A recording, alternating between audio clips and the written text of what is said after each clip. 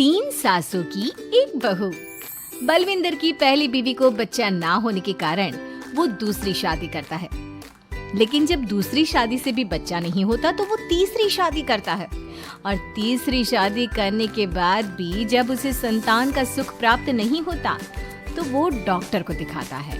और फिर बलविंदर जी, दोष आपकी बीवियों में नहीं, आप में है। आप में ही कुछ मेडिकल रीजंस की कमियां हैं जिनके कारण आप कभी भी किसी बच्चे के बाप नहीं बन सकते। अरे बाप रे, ये तो घोर समस्या हो गई। एक बच्चे का बाप बनने का मेरा सपना था और आज वही चूर चूर हो गया। तीन बीवियों में पहली बीवी इंद्रानी, दूसरी बीवी सुधा और तीसरी बीवी कलावती। मुझे एक माँ बनने का सौभाग्य प्राप्त करना है। मुझे भी, इसीलिए तो मैंने शादी की थी। अरे लेकिन अब किसे पता था कि हमारे पतिदेव में ही कमी होगी। अब हम क्या करें? हम एक बच्चे को गोद लेते हैं। तीनों एक बेटे को गोद लेते हैं जिसका नाम प्रमोद रखा जाता है। 20 साल बाद अब तीनों भी बूढ़ी हो चुकी होती हैं।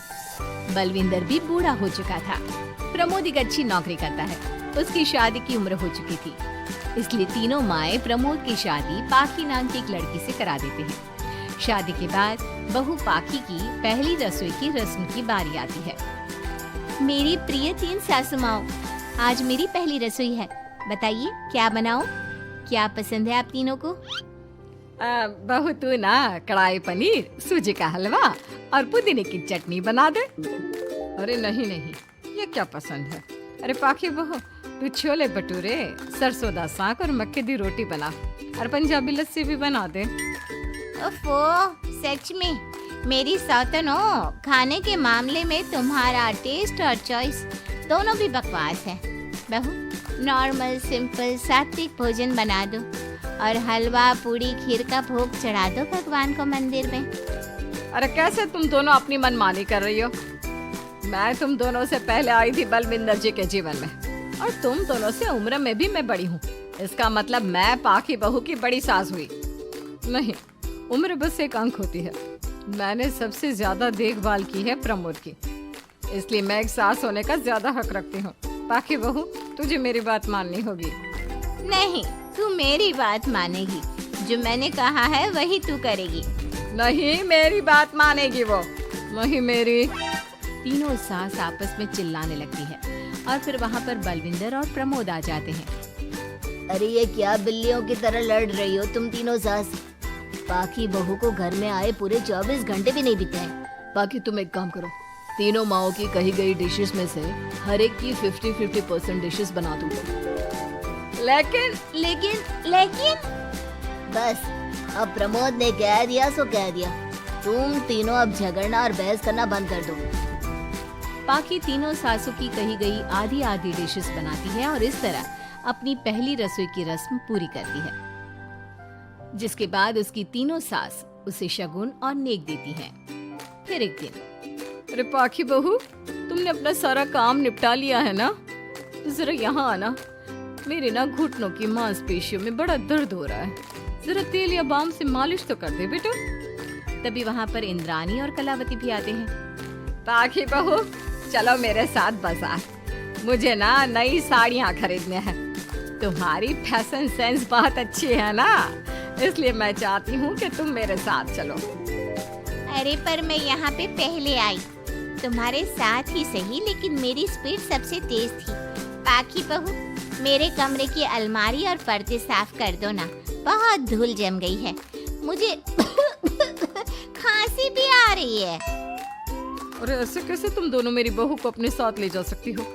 सबसे पहले मैंने बहू को कहा है कि वो मेरे घुटनों की मालिश कर दे। अब जाओ, 1 घंटे के बाद अपनी ये फीकी शक्लें लेकर फिर से आना। सुधा मैडम, ज्यादा ना बोलो। पाखी बहू को तुम दोनों से ज्यादा नेक दिया है मैंने, इसलिए पाखी बहू तो मेरा ही काम करेगी। और वैसे भी ये सुशील सर्वगुण संपन्न बहू अपनी इस बेचारी बूढ़ी सास को खांसते हुए कैसे देख सकती है? क्यों पाखी बहू? हाँ, पर नहीं पाखी बहू, तुम इन दोनों की भावनाओं के जाल में मत फंसो। और रही बात शगुन और नेक की, तो रिश्तों को प्यार के भाव से तोला जाता है, ना कि पैसों के भाव से। मतलब कहीं के। ओ इंद्रानी, ज्यादा मत उछलो, पता है कौन कितना मतलबी है। अब फिर से आप तीनों मत शुरू होइए। मैं आप तीनों की काम करूंगी, लेकिन बारी बारी। सबसे पहले सुधा सासू माँ को, फिर कलावती सासू माँ और फिर इंद्रानी सासू माँ को। इसके बाद तीनों सासू में फिर से लड़ाई और कहा-सुनी छिड़ जाती है। फिर एक दिन जब बाकी घर का किराने का सामान लेने बाहर निकल रही होती है कि तभी बहू, मुझे ना मेरा पुराना ससुर नहीं मिल रहा, तो आके ढूंढ लेगी क्या? अब ठीक है इंद्रानी सासू माँ। बाकी इंद्रानी के कमरे में जाती रही मुझे सूरज साड़ी। बाकी बहू, ये मेरे ना साड़ी पर पिछली बार अचार गिर गया था, इसे प्लीज अच्छे से धो देना। तो कल शाम को विमला जी की बेटी की शादी में जाना है ना, एक ही बार पहनी है ये साड़ी मैंने, अभी धो देगी तो कल तक अच्छे से सूख जाएगी और प्रैक्टिस भी करेगी। तेरा परफ्यूम मार के शादी में जाऊंगी। हाँ, लेकिन सुधा सासू माँ, कलावती भी वहाँ पर बाकी बहू, ये मैंने कल रात को पहनी थी लोहे की कढ़ाई में, मेरे बालों में लगा देना मेरी प्यारी बहू है ना?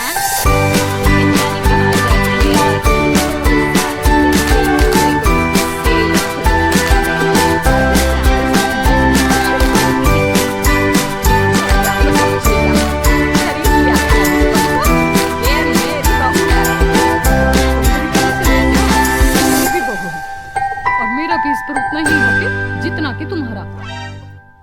तुमने खरीद नहीं लिया है ना, तो ये मेरी है, सिर्फ मेरी इकलौती बहू, मेरी पाखी, मेरा ही काम करेगी।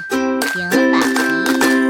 नहीं, ये मेरा काम करेगी। पहले मैंने आवाज लगाई थी, तुम दोनों तो ऐसी बहू पाने के लायक भी नहीं हो।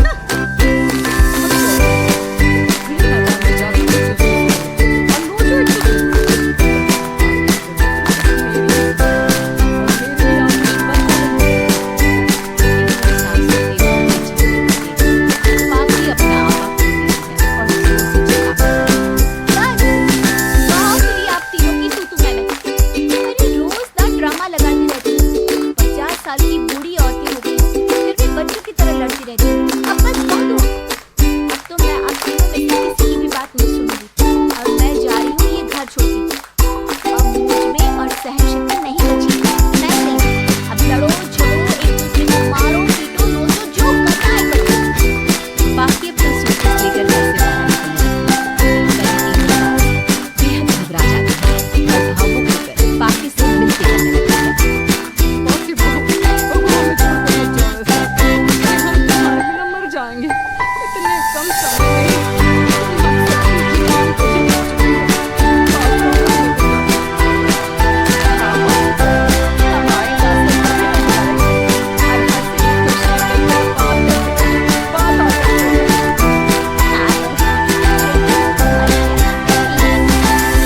तेरे बिना सुना सुना हो जाएगा।